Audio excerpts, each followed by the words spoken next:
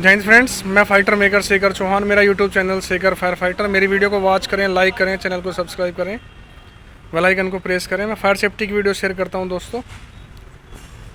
और देखिए, आज हम गाज़ियाबाद कचहरी परिसर में हैं और यहाँ पे मुझे गाड़ी खड़ी हुई दिखाई दी है। तो आज बात करते हैं फायर फाइटिंग की टीम से। और यहाँ पे फायर फाइटिंग की टीम के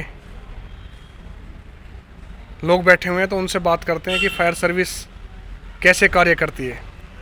अभी हम आ गए कचहरी परिसर में फायर फाइटिंग की टीम के दीवान जी के पास। अब हम इनसे पूछते हैं कि हमारी UP fire service, Ghaziabad fire service कैसे कार्य करती है। बताइए दीवान जी। जय हिंद, मैं शैलेंद्र कुमार, फायर स्टेशन कोतवाली गाज़ियाबाद से फायरमैन के पद पर तैनात हूँ। और कचहरी परिसर में फ़िलहाल हम बैठे हैं यहाँ पे शांति व्यवस्था ड्यूटी के लिए आए हुए हैं, जो कि हमारे यहाँ रेगुलर आती है ड्यूटी। और पूछिए, आप क्या पूछना चाह रहे हैं? देखिए, हमारी फायर सर्विस कहाँ कहाँ पे कैसे कैसे कब कब ड्यूटियाँ करती है और ड्यूटी का क्या प्रोटोकॉल होता है, कितने लोगों की टीम होती है, कैसे कार्य करते हैं ड्यूटी के ऊपर, ड्यूटी कैसे बांटी जाती है, कैसे लगाई जाती है। मैं आपसे जानना चाहता हूँ कि फायर सर्विस हमारी कैसे रेस्पॉन्ड करती है, कैसे कार्य करती है।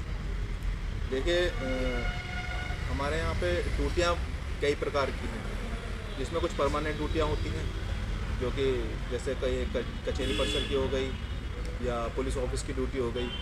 ये परमानेंट ड्यूटियाँ जो कि रेगुलर आती ही है। इसके अलावा प्रोटोकॉल के तहत कुछ ड्यूटियाँ लगती हैं, जैसे कोई वीवीआईपी मूवमेंट हुआ या फिर कोई त्योहारों पे ड्यूटी लगती है। अभी पीछे कांवड़ मेला ड्यूटी लगी थी और नवरात्र में ड्यूटियाँ लगी थी। अब दिवाली आ रही है, दिवालियों पे ड्यूटी लगेंगी, जो कि अलग अलग चौराहों पर, जो अलग अलग क्षेत्र में अलग अलग चौराहों पर ड्यूटियाँ लगती हैं। और हमारी ड्यूटियों में 6 लोगों का क्रू होता है, जिसमें एक चालक होते हैं, एक लीडिंग फायरमैन जो कि क्रू इंचार्ज होते हैं, इसके अलावा 4 फायरमैन होते हैं। और हमारा काम है कि आपातकालीन स्थिति में कम से कम समय में घटनास्थल पहुंचकर फायर फाइटिंग का काम करके लोगों की जान माल को बचाना, कम से कम नुकसान और जल्दी से जल्दी रिस्पॉन्स कर सकें। किसी आपातकालीन स्थिति में लोग आपको बुलाने के लिए कहाँ पे डायल करें, क्या नंबर डायल करना पड़ेगा उनको? आपातकालीन स्थिति में आप 112 कॉल कर सकते हैं और 101 भी मिला सकते हैं। इसके अलावा हमारा गाज़ियाबाद के जो व्यूअर्स हैं, वो हमारा लैंडलाइन नंबर है 0120 28 50 148, उस पर भी हमें डायरेक्ट सूचना दे सकते हैं। और सूचना देने के बाद हम उनसे संपर्क करते हैं, तो आप हमें हमारे पर्सनल मोबाइल नंबर पे लोकेशन भेज सकते हैं, ताकि हम जल्दी से जल्दी घटनास्थल पर पहुंच सकें। और इसके अलावा भी मैं आप लोगों से कहना चाहूँगा कि जब सूचना देते हैं तो उसके बाद आप स्वयं या अपने किसी परिचित को मुख्य मार्ग पर हमें रिसीव करने के लिए भेज दें, क्योंकि हमें पूरे गाज़ियाबाद की हर गलियों का तो पता नहीं है। तो इसलिए ये बहुत इम्पोर्टेंट बात है कि आप किसी न किसी परिचय को मुख्य मार्ग पर भेज दिया गया, ताकि हम जल्दी से जल्दी घटनास्थल पर पहुंच सकें। और हाँ, कुछ लोग हम लोगों को, जब हम घटनास्थल पर जा रहे होते हैं, सायरन बजता रहता है, तो हमारे फायर टैंकर के आगे ही गाड़ियां चलाते रहते हैं, रास्ता नहीं देते। ये बहुत ही शर्मनाक है। ये एक अच्छे आदर्श नागरिक होने का परिचय नहीं है। ये विषय की गंभीरता को समझते हुए आप लोगों को सोचना चाहिए कि ये फायर टैंकर जा रहा है इमरजेंसी कॉल पर, तो इसको रास्ता दें।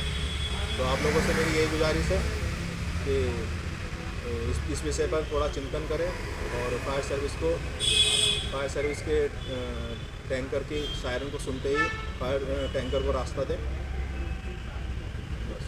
किसी भी आपातकालीन स्थिति में, देखिए दीवान जी ने हमसे बताया, अपनी जानकारी साझा की कि किसी भी आपातकालीन स्थिति में जब कोई भी गाड़ी टर्नआउट के लिए निकलती है, तो आप रोड के ऊपर उनको रास्ता दें, उनके सायरन का ध्यान रखें, आप तुरंत बाएं साइड में हो जाएं, उनको जाने के लिए रास्ता दें, क्योंकि वो कहीं पर जहाँ पे जा रहे हैं काफ़ी लोग फंसे हो सकते हैं, जिनको राहत बचाव कार्य का जल्दी रेस्पॉन्स मिल सकता है और जहाँ पे लोगों की जान बचाई जा सकती है।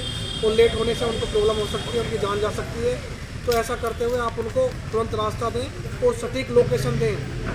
अगर आपको रोड आपके पास है, अगर आपको गली में आप अंदर रहते हैं, तो आप उनको रोड पर जा कर के रिसीव करने जाएं, जिससे कि वो टाइमली रेस्पॉन्स कर सकें और राहत बचाव कार्य का काम शुरू कर सकें, और जिससे कि भारी मात्रा में जान माल के नुकसान को होने से बचाया जा सके या रोका जा सके।